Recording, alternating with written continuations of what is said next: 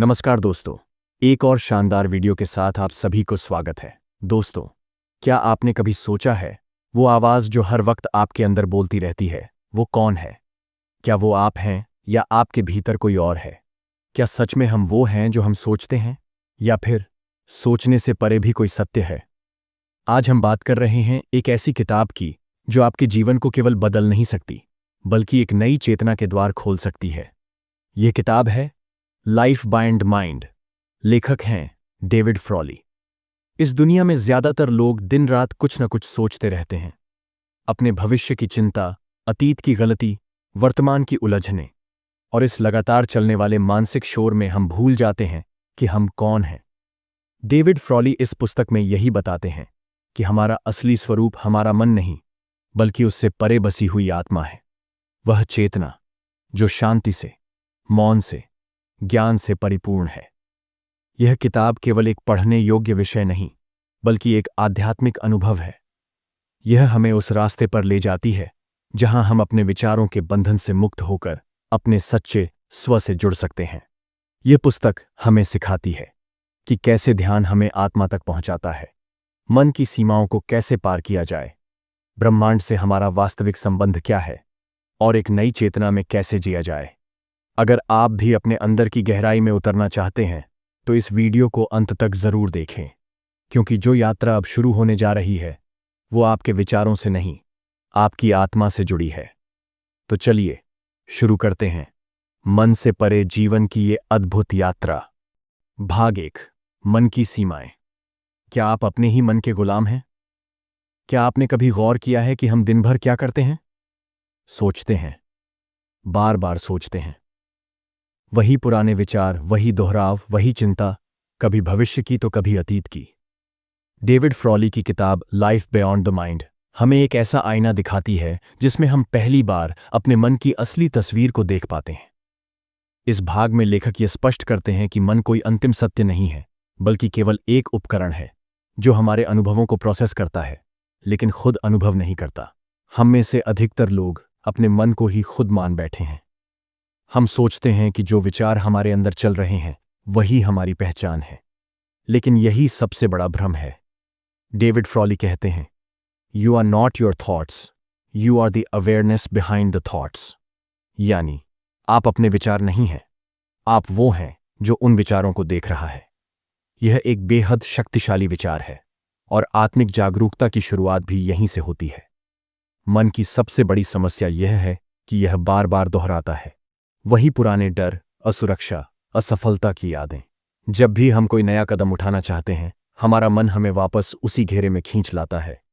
तुमसे नहीं होगा, क्या होगा अगर असफल हो गए, जरेनिया, लोग क्या कहेंगे। यही नहीं, मन लगातार तुलना करता रहता है दूसरों से, उनकी उपलब्धियों से, उनकी जिंदगी से। इस तुलना में हमारी खुद की मौलिकता और आत्मविश्वास खोने लगता है। डेविड फ्रॉली बताते हैं कि मन एक प्रतिक्रियाशील मशीन की तरह काम करता है। कोई कुछ कहे और हम तुरंत क्रोधित हो जाएं, कोई तारीफ करे और हम खुश हो जाएं। यानी हमारा पूरा अस्तित्व बाहरी घटनाओं पर आधारित हो जाता है। इस स्थिति में हम केवल रिएक्ट कर रहे होते हैं, जिंदा नहीं जी रहे होते। अब सवाल उठता है, अगर मन इतना सीमित और अस्थिर है तो इसका क्या उपयोग है? लेखक का जवाब बड़ा स्पष्ट है। मन का उपयोग जरूर करें, लेकिन उसका गुलाम न बने। मन एक ड्राइवर की तरह है, गाड़ी चलाने में मदद कर सकता है, but only when you're in the driving seat. अगर गाड़ी खुद ही चलने लगे तो दुर्घटना तय है। इसी तरह अगर हम मन के नियंत्रण में जिएंगे तो हम हमेशा अशांति और भ्रम में डूबे रहेंगे। डेविड फ्रॉली मन की सीमाओं को समझने को आध्यात्मिक यात्रा का पहला कदम मानते हैं। जब हमें यह बोध होता है कि हमारे विचार ही हमारी सच्चाई नहीं है, तब हमारे भीतर कुछ बदलता है। एक अंतरात्मा की आवाज धीरे धीरे स्पष्ट होने लगती है। हम अपने विचारों को देखकर, बिना उनसे जुड़े हुए, उनके पार जाना सीखते हैं, और यहीं से शुरू होती है लाइफ बियॉन्ड द माइंड की असली यात्रा। तो अब खुद से एक सवाल पूछिए, क्या मैं वही हूं जो सोचता हूं, या मैं वो हूं जो सोच को देख रहा है? क्योंकि अगर आप सोच को सिर्फ देख सकते हैं तो इसका मतलब है आप सोच से अलग हैं, और यही ज्ञान, वही साक्षी भाव आपको उस शांति तक ले जाएगा जिसकी तलाश आप इतने वर्षों से कर रहे हैं। भाग 2, आत्मा और चेतना की पहचान। क्या आप अपने भीतर की रोशनी को पहचानते हैं? जब हम अपने विचारों से अलग हो जाते हैं तो सवाल उठता है, अगर मैं विचार नहीं हूं तो मैं कौन हूं? यही से शुरू होती है उस आत्मा की खोज जो हमारे भीतर हमेशा से थी, लेकिन मन के शोर में छिपी रह गई थी। डेविड फ्रॉली इस भाग में हमें गहराई से बताते हैं कि हमारे अस्तित्व का असली केंद्र हमारा स्व है, एक ऐसी चेतना जो मन, शरीर और भावनाओं से परे है। लेखक कहते हैं कि आत्मा कोई धार्मिक कल्पना नहीं है, यह कोई रहस्यमय तत्व नहीं, बल्कि एक प्राकृतिक, स्पष्ट और अनुभव करने योग्य सत्य है। लेकिन इसे केवल सोचकर नहीं जाना जा सकता, इसे अनुभव किया जाता है। और ये अनुभव तभी होता है जब मन शांत हो जाता है। जब विचार थमते हैं तब आत्मा की रोशनी अपने आप प्रकट होने लगती है। डेविड फ्रॉली आत्मा को प्योर अवेयरनेस कहते हैं, एक ऐसी जागरूकता जो हर स्थिति में स्थिर रहती है। चाहे बाहर कितनी भी हलचल हो, आत्मा शांत रहती है। चाहे सफलता मिले या असफलता, आत्मा पर कोई असर नहीं होता। लेखक बताते हैं कि जैसे आकाश बादलों से ढक सकता है, लेकिन खुद आकाश कभी नहीं बदलता, वैसे ही आत्मा विचारों, भावनाओं और अनुभवों से ढक सकती है, लेकिन उसकी मौलिक शुद्धता कभी नहीं मिटती। लेकिन क्या इस चेतना तक पहुंचना आसान है? नहीं, क्योंकि मन बार बार हमें अपनी ओर खींचता है। वह हमें यह यकीन दिलाता है कि हम शरीर हैं, विचार हैं, भावनाएं हैं, और इसी भ्रम में हम आत्मा से दूर हो जाते हैं। फ्रॉली कहते हैं कि इस जाल से निकलने के लिए जरूरी है ध्यान, आत्मनिरीक्षण और साक्षी भाव, विटनेस कॉन्शियसनेस। जब आप खुद को विचारों से अलग होकर एक दर्शक की तरह देखने लगते हैं, तब आप चेतना से जुड़ना शुरू करते हैं। आप अपने भीतर एक ऐसे केंद्र को महसूस करते हैं जो कभी नहीं बदलता। यही केंद्र आत्मा है। यह वह स्थान है जहां से करुणा, प्रेम, सच्चाई और आनंद का स्रोत निकलता है। लेखक के अनुसार आत्मा कोई बाहरी चीज नहीं है जिसे कहीं और खोजना है। यह आपके भीतर है, बिल्कुल आपके हृदय के गहराइयों में। लेकिन उसे अनुभव करने के लिए आपको अपने भीतर उतरना पड़ेगा, चुपचाप, बिना किसी अपेक्षा के। यही आत्मचिंतन, सेल्फ इंक्वायरी की पहली अवस्था है। डेविड फ्रॉली एक सुंदर बात कहते हैं, When you rest in your inner awareness, even for a moment, you touch eternity. यानी जब आप अपने अंदर की चेतना में कुछ पल भी टिक जाते हैं, आप अनंत को छू लेते हैं। इस चेतना का अनुभव केवल आध्यात्मिक संत ही नहीं करते, बल्कि आप भी कर सकते हैं, अगर आप मन की सीमाओं से बाहर निकलकर अपने भीतर की यात्रा शुरू करें। भाग 3, मन को साधना, आत्मा की ओर पहला जागरूक कदम। हम जान चुके हैं कि मन सीमित है और आत्मा असीम। लेकिन अब बड़ा प्रश्न ये है, क्या हम इस मन को साध सकते हैं ताकि वह आत्मा के मार्ग का साधक बन जाए, बाधा नहीं? डेविड फ्रॉली इस भाग में इस प्रश्न का बड़ा सुंदर और व्यावहारिक उत्तर देते हैं। वे कहते हैं, मन को हटाना नहीं है, उसे प्रशिक्षित करना है। उसे विरोधी नहीं बनाना है, बल्कि एक सहयोगी बनाना है। बिल्कुल वैसे ही जैसे एक बगावत कर रहे बच्चे को आप डांटने से शांत नहीं कर सकते। उसे समझाना पड़ता है, धीरे धीरे उसकी ऊर्जा को सही दिशा में लगाना पड़ता है। मन भी वैसा ही है, वह ऊर्जा से भरपूर है, लेकिन अगर दिशा गलत हो तो वही ऊर्जा चिंता, डर और भ्रम में बदल जाती है। फ्रॉली कहते हैं कि मन को साधने के लिए सबसे पहला कदम है मौन का अभ्यास। जब आप कुछ देर के लिए बैठते हैं, अपनी सांसों पर ध्यान देते हैं और विचारों को केवल देखते हैं, तो आप मन से दूरी बनाना शुरू कर देते हैं। यह दूरी ही धीरे धीरे आपको विचारों के पार ले जाती है। इस अभ्यास को लेखक साक्षी भाव, विटनेस कॉन्शियसनेस कहते हैं। इसका मतलब है सोचते हुए भी खुद को केवल एक दर्शक की तरह महसूस करना। मानो आप एक नदी किनारे बैठे हों और विचार उस नदी में बहते हुए पानी की तरह हों। आप उन विचारों को रोकते नहीं, बस उन्हें आते जाते देखते हैं, बिना किसी प्रतिक्रिया के। धीरे धीरे यह देखने की क्षमता एक ऐसी जागरूकता को जन्म देती है जो विचारों के पार है, और यही जागरूकता आत्मा की ओर पहला सच्चा कदम है। डेविड फ्रॉली बताते हैं कि अगर आप नियमित रूप से ध्यान करें, सुबह सुबह कुछ मिनट मौन में बैठें या प्रकृति के संपर्क में रहें, तो मन की चंचलता कम होने लगती है।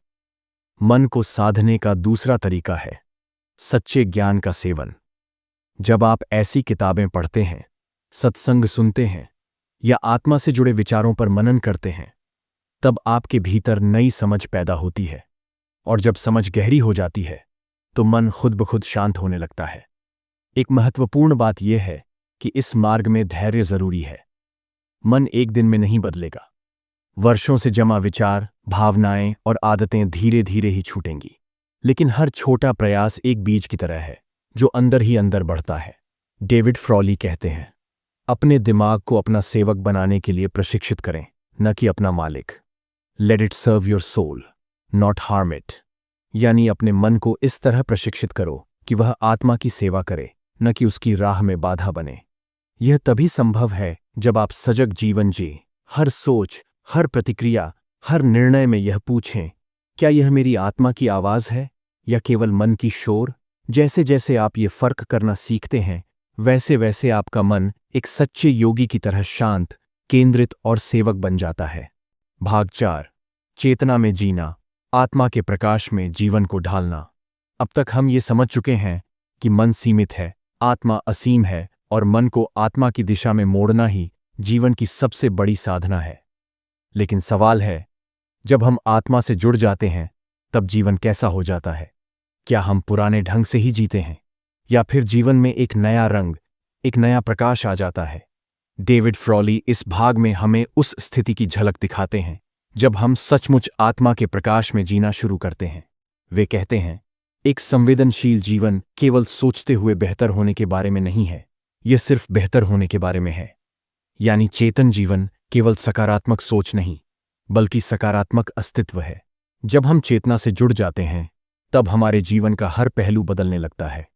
हम रिएक्टिव, प्रतिक्रियात्मक नहीं, बल्कि रिस्पॉन्सिव, सजग प्रतिक्रिया हो जाते हैं। अब कोई हमें कुछ कहे तो हम तुरंत प्रतिक्रिया नहीं देते, बल्कि कुछ पल रुकते हैं, समझते हैं और फिर उत्तर देते हैं, बिना क्रोध, बिना डर, बिना भ्रम। डेविड फ्रॉली बताते हैं कि चेतना में जीने का मतलब है हर क्षण सजग रहना, हर निर्णय में आत्मा की आवाज सुनना। जब आप कुछ बोलें, सोचें या करें तो एक पल खुद से पूछें, क्या यह मेरी आत्मा की सच्चाई है? अगर नहीं, तो वह क्रिया नहीं करनी चाहिए। चेतना से जुड़ा जीवन केवल भीतर का नहीं होता, वह बाहर भी परिलक्षित होता है। आपके रिश्ते सुधरने लगते हैं क्योंकि अब आप सुनना सीख जाते हैं। आपकी कार्यक्षमता बढ़ जाती है क्योंकि अब आप एकाग्रता से कार्य करते हैं, न कि चिंता या प्रतिस्पर्धा से। आप में करुणा आ जाती है क्योंकि आप अब दूसरों को केवल शरीर या व्यवहार से नहीं, बल्कि उनकी चेतना से पहचानते हैं। फ्रॉली इस स्थिति को living in the light of the soul कहते हैं, जहां जीवन एक साधना बन जाता है, हर क्षण एक अवसर बन जाता है आत्मा को प्रकट करने का। वो कहते हैं कि जो व्यक्ति चेतना से जुड़ता है वो दूसरों की भी चेतना को जगा सकता है, बिना बोले, बिना समझाए, केवल अपने प्रेजेंस से। ऐसे लोग चलते फिरते सत्संग बन जाते हैं। उनकी उपस्थिति ही दूसरों के मन को शांत करने लगती है। वे समाज में रोशनी के स्तंभ बन जाते हैं। लेकिन इस अवस्था तक पहुंचने के लिए चाहिए अनुशासन, धैर्य और निरंतर अभ्यास। हर दिन कुछ देर मौन, कुछ समय आत्मनिरीक्षण और हर क्षण सजगता, यही वो 3 सीढ़ियां हैं जो आपको चेतना की अवस्था तक ले जाती हैं। डेविड फ्रॉली कहते हैं, let your life be a temple of consciousness where every thought is a prayer and every action a form of worship. यानी अपने जीवन को चेतना का मंदिर बनाओ, जहां हर विचार प्रार्थना हो और हर कर्म पूजा। भाग 5, आत्मा के स्तर पर जीना, स्थायी शांति और स्वतंत्रता की खोज। जब कोई व्यक्ति ध्यान, आत्मनिरीक्षण और सजगता को अपने जीवन का हिस्सा बना लेता है, तब वह धीरे धीरे आत्मा से जुड़ने लगता है। यही जुड़ाव उसे एक ऐसी अवस्था तक ले जाता है जिसे David Frawley living at the level of the soul, यानी आत्मा के स्तर पर जीना कहते हैं। ये कोई रहस्यमय या केवल योगियों की दुनिया की बात नहीं है, बल्कि हर सामान्य व्यक्ति के लिए संभव एक सहज, शुद्ध और शाश्वत अनुभव है। हमारे भीतर जो सबसे गहरा और सच्चा हिस्सा है वही आत्मा है, पर हम मन की चंचलता और बाहरी दुनिया के आकर्षण में इतने खो गए हैं कि इस आत्मा की उपस्थिति को भूल गए हैं। आत्मा के स्तर पर जीना वास्तव में स्थायी शांति और आंतरिक स्वतंत्रता का अनुभव है। इस अवस्था में व्यक्ति दुख से डरता नहीं और सुख में बहता नहीं। वह हर परिस्थिति को एक साक्षी भाव से देखता है, बिना भागे, बिना उलझे। जीवन की स्थिति अब बाहर की घटनाओं से नहीं, भीतर की स्थिरता से तय होती है। अब मन की हलचल उसे बहा नहीं पाती, क्योंकि वह भीतर उस मौन और स्थायी आत्मचेतना को पा चुका होता है जो किसी भी स्थिति में अडिग रहती है। इस अवस्था में व्यक्ति के भीतर एक गहरा आंतरिक मौन बस जाता है। विचार आते हैं, पर उनकी पकड़ नहीं होती। अब मन पहले की तरह ऊधम नहीं करता। यह मौन केवल शब्दों का अभाव नहीं, बल्कि चेतना की गहराई से उपजा एक शुद्ध शांति अनुभव है। इसी के साथ आत्मा से जुड़ने वाला व्यक्ति दूसरों के प्रति निस्वार्थ प्रेम और करुणा से भर जाता है। वह अब हर इंसान में वही चेतना देखता है जो खुद में अनुभव करता है। इसलिए वह न किसी से ईर्ष्या करता है, न घृणा, न प्रतिस्पर्धा। उसके भीतर से संबंधों में शुद्धता, सहजता और सहयोग की भावना स्वतः प्रवाहित होती है। जब कोई आत्मा के स्तर पर जीता है तो वह भय से मुक्त हो जाता है। न उसे भविष्य की चिंता होती है, न मृत्यु का डर। उसे यह सच्चाई भीतर तक समझ आ जाती है कि मैं शरीर नहीं हूं, मैं मन भी नहीं हूं, मैं शुद्ध चेतना हूं जो कभी नष्ट नहीं हो सकती। यही समझ उसे एक ऐसी स्वतंत्रता देती है जिसे कोई बाहरी परिस्थिति छीन नहीं सकती। इस स्वतंत्रता के साथ वह जीवन में हर कार्य को कर्तव्य नहीं, बल्कि सेवा मानकर करता है। वह कुछ पाने के लिए कर्म नहीं करता, बल्कि देने के भाव से, प्रेम और करुणा से एक योगी की तरह कर्म करता है। फ्रॉली इस स्थिति को सोल सेंटर्ड लिविंग कहते हैं, जहां जीवन का केंद्र मन या इच्छाएं नहीं, बल्कि आत्मा बन जाती है। अब आपके निर्णय केवल तर्क से नहीं, अंतरात्मा की आवाज से लिए जाते हैं। अब आपके कर्म केवल लाभ या हानि के हिसाब से नहीं, बल्कि सही और सच्चे होने के आधार पर होते हैं। यह जीवन एक साधना बन जाता है, हर क्षण आत्मा को व्यक्त करने का अवसर। लेखक स्पष्ट करते हैं कि यह अवस्था किसी सिद्ध योगी या तपस्वी के लिए आरक्षित नहीं है।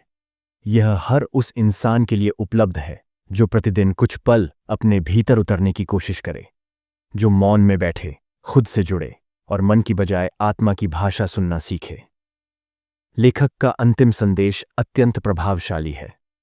Don't just think about the soul, live from it. Let every breath express the light of your true being. यानी आत्मा के बारे में केवल सोचना नहीं है, बल्कि उसी से जीना है। अपने हर श्वास को अपनी सच्ची पहचान की रोशनी बनने दो। भाग 6, चेतना की एकता की ओर। विश्व और ब्रह्मांड से आत्मा का संबंध। जब हम आत्मा के स्तर पर जीने लगते हैं तो धीरे धीरे यह एहसास होता है कि आत्मा केवल एक व्यक्तिगत अनुभव नहीं है। यह कोई सीमित सत्ता नहीं, बल्कि ब्रह्मांडीय चेतना की एक झलक है। डेविड फ्रॉली इस अंतिम भाग में बताते हैं कि जब कोई साधक आत्मा की गहराई तक पहुंचता है तो उसे उस अद्वैत वननेस का अनुभव होता है जो संपूर्ण सृष्टि को एक सूत्र में बांधती है। यह वह अवस्था है जहां व्यक्ति खुद को न केवल अपने शरीर और मन से, बल्कि समस्त जीव जगत, प्रकृति और ब्रह्मांड से एकीकृत अनुभव करता है। हम में से अधिकांश लोग जीवन को केवल मैं और बाकी दुनिया की दृष्टि से देखते हैं। हम खुद को एक स्वतंत्र इकाई मानते हैं जो दूसरों से अलग है। लेकिन यह द्वैत, यह अलगाव मन की उपज है। आत्मा की दृष्टि से देखें तो न कोई दूसरा है, न कोई दूर है। सब कुछ एक ही चेतना की विभिन्न अभिव्यक्तियां हैं। जब यह दृष्टिकोण हृदय में उतरता है तब व्यक्ति न केवल आध्यात्मिक रूप से जागृत होता है, बल्कि उसका पूरा दृष्टिकोण प्रकृति, समाज और स्वयं के प्रति बदल जाता है। फ्रॉली इस अनुभव को कॉस्मिक कॉन्शियसनेस यानी ब्रह्मांडीय चेतना का अनुभव कहते हैं। इस अवस्था में व्यक्ति यह महसूस करता है कि उसका अस्तित्व किसी एक देश, एक धर्म, एक भाषा या एक शरीर तक सीमित नहीं है। उसका होना संपूर्ण सृष्टि में व्याप्त है। अब वह प्रकृति को उपभोग की वस्तु नहीं समझता, बल्कि उसे अपनी ही चेतना का विस्तार मानता है। हर वृक्ष, हर पक्षी, हर नदी और हर तारा, सब उसके अपने ही अंश प्रतीत होते हैं। यह अनुभव न केवल आध्यात्मिक है, बल्कि अत्यंत व्यावहारिक भी है। जब व्यक्ति इस एकता को समझने लगता है तो उसके भीतर करुणा और सेवा की भावना स्वतः उत्पन्न होती है। वह दूसरों के दुख को अपना दुख समझने लगता है। अब वह समाज में अलगाव नहीं, समरसता लाने की दिशा में कार्य करता है। इस चेतना की एकता से प्रेरित जीवन न केवल आत्मविकास की राह है, बल्कि सामाजिक और पर्यावरणीय चेतना का भी आधार है। फ्रॉली यह भी बताते हैं कि आधुनिक मनुष्य की सबसे बड़ी समस्या यही है कि उसने खुद को ब्रह्मांड से अलग कर लिया है। हमने विज्ञान के जरिए प्रकृति को समझने की कोशिश तो की, पर उससे जुड़ने की भावना खो दी। परंतु जब हम आत्मा के स्तर से इस ब्रह्मांड की ओर देखते हैं, तब हमें यह संसार एक पवित्र स्थान प्रतीत होता है, एक जीवंत मंदिर जहां हर जीव चेतना से जुड़ा है। इस चेतना की एकता को अनुभव करने के लिए लेखक ध्यान, प्रकृति के साथ संवाद और मौन साधना को जरूरी मानते हैं। वे कहते हैं कि जितना अधिक हम भीतर उतरते हैं, उतना ही हम बाहर की दुनिया से जुड़ते हैं, एक गहरी, शांत और अविभाज्य रिश्ते की तरह। यही वह यात्रा है जो लाइफ बियॉन्ड द माइंड के अंतिम सोपान तक हमें ले जाती है, जहां व्यक्तिगत आत्मा ब्रह्मांडीय आत्मा में विलीन हो जाती है। अंततः यह भाग हमें यह संदेश देता है कि हम अकेले नहीं हैं, कभी नहीं थे। हम उसी चेतना के अंग हैं जिससे यह पूरा ब्रह्मांड बना है। हमारी सच्ची पहचान केवल एक व्यक्ति के रूप में नहीं, बल्कि संपूर्ण सृष्टि के साथ जुड़ी हुई है। जब हम इस सच्चाई को जीने लगते हैं, तो जीवन केवल एक निजी संघर्ष नहीं रह जाता, वह एक ब्रह्मांडीय सहभागिता बन जाता है। भाग 7, लाइफ बियॉन्ड द माइंड, किताब का अंतिम भाग, एक नई चेतना का जीवन, आध्यात्मिक जागृति से कर्मयोग तक। इस पुस्तक के अंतिम भाग में डेविड फ्रॉली एक ऐसे जीवन की कल्पना प्रस्तुत करते हैं जो केवल व्यक्तिगत मुक्ति तक सीमित नहीं है, बल्कि समाज, प्रकृति और समूची मानवता के लिए एक नई दिशा का प्रतीक है। वे कहते हैं कि लाइफ बियॉन्ड द माइंड कोई एकांत साधना या केवल ध्यान की अवस्था नहीं, बल्कि एक ऐसी जीवन शैली है जो आध्यात्मिक जागरूकता के साथ कर्म में संलग्न रहती है। यही वह स्थान है जहां आत्मज्ञान कर्मयोग से मिल जाता है, जहां चेतना से जीने वाला इंसान अब दुनिया को भी बदलने के लिए तैयार होता है। जब व्यक्ति आत्मा की शांति और ब्रह्मांडीय चेतना का अनुभव कर लेता है, तो वह निष्क्रिय नहीं होता। इसके उलट उसके भीतर एक सशक्त ऊर्जा जन्म लेती है, सेवा की, सृजन की और संतुलन की। वह अब संसार को एक बोझ नहीं, बल्कि एक दायित्व के रूप में देखता है। वह जानता है कि उसकी चेतना का विस्तार तभी सार्थक होगा जब वह दूसरों के जीवन को भी उसी रोशनी से भर सके। यही कारण है कि लेखक हमें आध्यात्मिक सक्रियता की ओर ले जाते हैं, जहां ध्यान, करुणा और कर्म तीनों एक साथ चलते हैं। इस अवस्था में व्यक्ति केवल खुद के कल्याण की नहीं सोचता, बल्कि सामूहिक चेतना की उन्नति के लिए काम करता है। वह समाज में प्रेम, संतुलन और सच्चाई को स्थापित करने के लिए अपने ज्ञान का उपयोग करता है। अब उसके जीवन का उद्देश्य केवल सुख पाना नहीं, बल्कि एक सार्थकता से जीना है। यही धर्म का सार भी है, आत्मा की आवाज को संसार में क्रियान्वित करना। फ्रॉली यह भी बताते हैं कि लाइफ बियॉन्ड द माइंड का अंतिम चरण केवल अनुभव तक सीमित नहीं है, बल्कि उसका असली रूप दूसरों के जीवन में रोशनी फैलाना है। इसका मतलब है अपने कर्म, शब्द और व्यवहार से ऐसा वातावरण बनाना जहां लोग भी अपने भीतर की सच्चाई से जुड़ सकें। इसका मतलब है ज्ञान को किताबों में बंद न रखना, बल्कि उसे एक प्राणवंत प्रेरणा के रूप में जीना। लेखक इस अंतिम भाग में हमें यह याद दिलाते हैं कि संसार को बदलने के लिए किसी बड़े मंच या शक्ति की आवश्यकता नहीं है, एक जागृत आत्मा ही पर्याप्त है। अगर आप अपने भीतर की रोशनी को पहचान कर उसे रोजमर्रा के जीवन में अभिव्यक्त करने लगें, तो आप एक नई चेतना के वाहक बन जाते हैं, और यही इस युग की सबसे बड़ी आवश्यकता है। पुस्तक के समापन में फ्रॉली एक बेहद गूढ़ और प्रेरक संदेश देते हैं।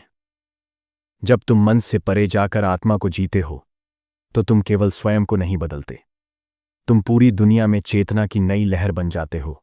हमारा पूरा जीवन एक ही भ्रम में बीतता है कि हम केवल हमारा मन है, लेकिन जब हम मन की परिधियों को पार करते हैं, तब हम उस चेतना से मिलते हैं जो न तो समय में बंधी है, न ही विचारों में। डेविड फ्रॉली की यह पुस्तक हमें यही बताती है कि हमारा सच्चा स्वरूप आत्मा है, न कि वह मन जो लगातार बोलता रहता है। यह पुस्तक केवल एक विचार नहीं, बल्कि एक यात्रा है, मन की गहराइयों से निकलकर आत्मा की ऊंचाइयों तक पहुंचने की यात्रा। यह यात्रा हमें सिखाती है कि शांति बाहर नहीं, भीतर है। ज्ञान किसी किताब में नहीं, बल्कि हमारे अपने मौन में छिपा है। और सबसे बड़ी बात, हम इस ब्रह्मांड के अलग कण नहीं, बल्कि उसी परम चेतना की अभिव्यक्ति हैं। जब हम साक्षी भाव में जीना सीखते हैं, न प्रतिक्रिया करते हैं, न ही आकर्षण विकर्षण में उलझते हैं, तब भीतर एक स्थिरता, एक शांति जन्म लेती है। यही स्थिरता हमें दिखाती है कि असली आज़ादी बाहर की नहीं, भीतर की होती है। फ्रॉली हमें जीवन का एक नया दृष्टिकोण देते हैं, जहां होना सबसे बड़ी क्रिया है और चेतना सबसे बड़ा सत्य। इस पुस्तक के अंत तक आते आते हमें यह एहसास होता है कि मन केवल एक रास्ता है, लेकिन आत्मा मंजिल है। और जब यह यात्रा आत्मा की ओर होती है, तब हर अनुभव, हर संबंध और हर कर्म एक दिव्य अर्थ पा लेता है। तो आइए, मन की सीमा को पार करें, आत्मा की चेतना को अपनाएं और जीवन को उसकी सबसे सच्ची, सबसे पवित्र अवस्था में अनुभव करें, क्योंकि जीवन वास्तव में मन से परे है।